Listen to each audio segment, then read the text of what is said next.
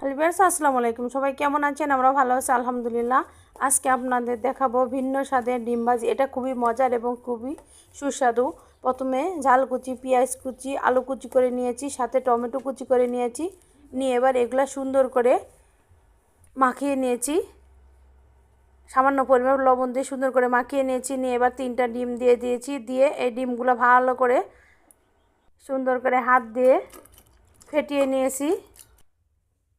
দেখেন ফেটিয়ে নিয়েছি। এবার কড়াইতে অল্প পরিমাণ তেল দিয়ে দিয়েছি। দিয়ে এবার সুন্দর করে এপাট ওপাট সুন্দর করে ভেজে নিব। নিয়ে মাঝখান দিয়ে কেটে নিব পিস পিস করে। এটা খেতে খুবই মজা লাগে। এরকম ডিম ভাজা খুবই সুস্বাদু, খুবই টেস্টি।